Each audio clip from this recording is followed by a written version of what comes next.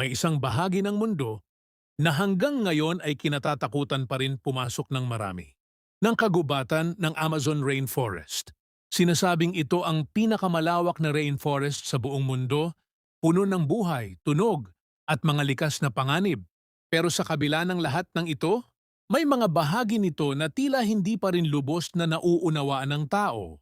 Ang tanong, bakit kahit modernong panahon na, may mga lugar pa rin dito na parang ayaw magpakita ng buong katotohanan? Maraming explorer ang nagtangkang pasukin ng Amazon, dala ang modernong kagamitan, GPS at survival tools. Pero kahit ganito na ka-advance ang teknolohiya, may mga kaso pa rin ng pagkawala na walang malinaw na paliwanag. Ang tanong, paano nagiging lost ang tao sa lugar na pwedeng i-track ng satellite? Ayon sa ilang eksperto, ang density ng puno at interference ng environment ay maaaring makaapekto sa navigation. Pero sapat ba iyon para tuluyang mawala ang buong grupo? May mga ulat na ilang grupo ng explorer ay nakapasok sa Amazon at hindi na muling nakita. Walang katawan, walang kagamitan, walang signal ng distress. Ang tanong, kung inatake sila ng kalikasan, bakit walang kahit isang bakas? Sa normal na survival situation, laging may natitirang gamit o trace. Pero sa ilang kaso sa Amazon, parang na-erase ang kanilang presensya. Isa sa mga pinakamisteryosong kaso ay ang pagkawala ng explorer na si Percy Fawcett. Siya ay isang British explorer na naniwala na may nawawalang lungsod sa loob ng Amazon na tinawag niyang City of Ze. Ang tanong, saan niya nakuha ang ideyang ito? May mga lumang mapa at kwento ng mga sinaunang sibilisasyon na maaaring nagtulak sa kanya. Pero kung totoo ito, bakit wala pa ring natatagpuan hanggang ngayon? Noong 1925, pumasok si Fawcett kasama ang kanyang anak at isang kasamahan sa loob ng Amazon. Ito na ang huling ekspedisyon niya. Pagkatapos nito, tumigil na ang lahat ng komunikasyon. Ang tanong, bakit walang kahit anong distress signal? Kung may nangyaring sakuna, dapat may senyales. Pero wala. Ayon sa mga ulat, maayos pa ang kanilang expedition bago tuluyang mawala. Ibig sabihin, walang indikasyon ng panik o kaguluhan sa simula. Pero pagkatapos nito, parang bigla na lang silang naglaho.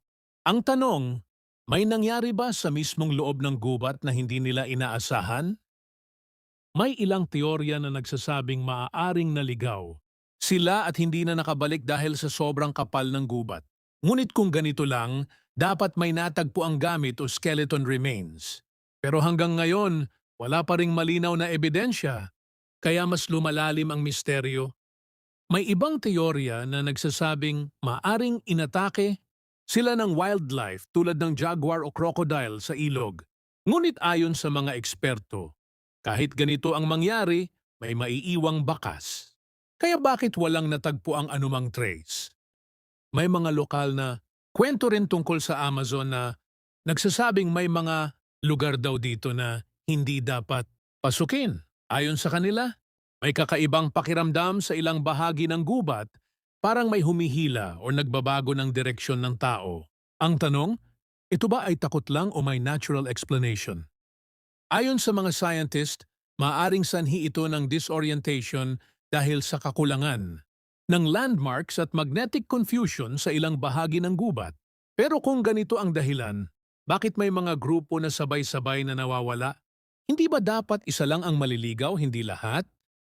Sa kabila ng lahat ng teorya, wala pa ring final explanation kung ano ang nangyayari sa mga nawawala sa Amazon.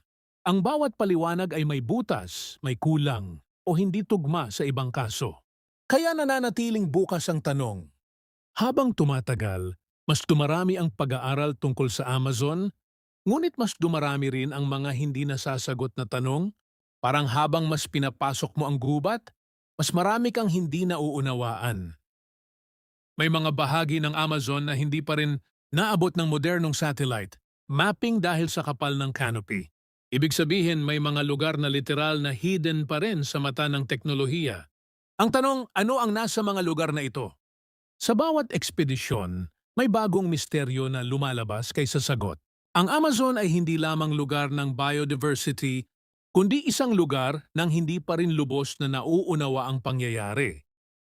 Hanggang ngayon patuloy ang paghahanap ng sagot sa mga nawawalang expedition at unexplained cases. Ngunit wala pa ring malinaw na pattern o dahilan. Kaya ang tanong, ito ba ay simpleng aksidente lamang o may mas malalim na dahilan? Sa bawat kwento ng pagkawala, mas lalo lamang tumitibay ang reputasyon ng Amazon bilang isang misteryosong lugar. Isang lugar na puno ng buhay, pero may mga bahagi na parang hindi dapat galawin. Marahil ang ilan sa mga misteryo nito ay may natural na paliwanag na hindi pa natin natutuklasan. O baka naman may mga bagay sa loob ng gubat na hindi pa talaga dapat maunawaan ng tao sa ngayon. Sa huli ang Amazon ay nananatiling isa sa mga pinakakakaibang lugar sa mundo. Isang lugar na puno ng sagot, pero mas maraming tanong. Kaya bawat pagbanggit sa Amazon, hindi lang ito tungkol sa kagubatan. Ito ay tungkol sa mga taong nawala, mga kwentong hindi maipaliwanag, at mga tanong na walang sagot. At hanggang ngayon, nananatili ang parehong tanong, ano ba talaga ang mga pangyayaring nagaganap sa loob ng Amazon, rainforest na patuloy na hindi pa rin lubos na maipaliwanag? Sa kabila ng ating kaalaman, may mga bagay pa ring hindi maipaliwanag. Ito ang misteryong katotohanan, kung saan ang katotohanan ay patuloy nating hinahanap. Mag-subscribe at pindutin ang bell para sa susunod pang misteryo. Hanggang sa muli.